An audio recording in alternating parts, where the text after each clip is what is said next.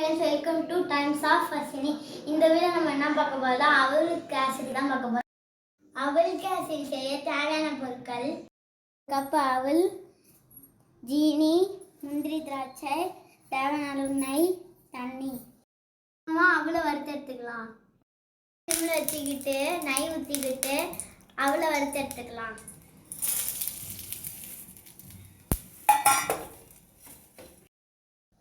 இப்போ நம்ம வறுத்த அவலை அரைச்சி எடுத்துக்கலாம்.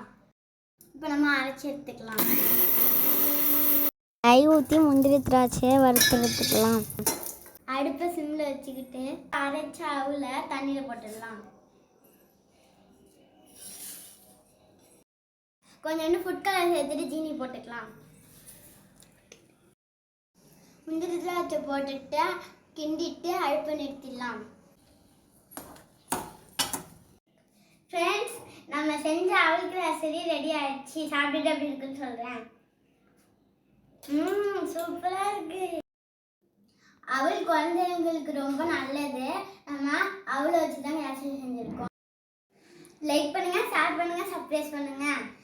நாளைக்கு சந்திக்கிறேன். பாய்.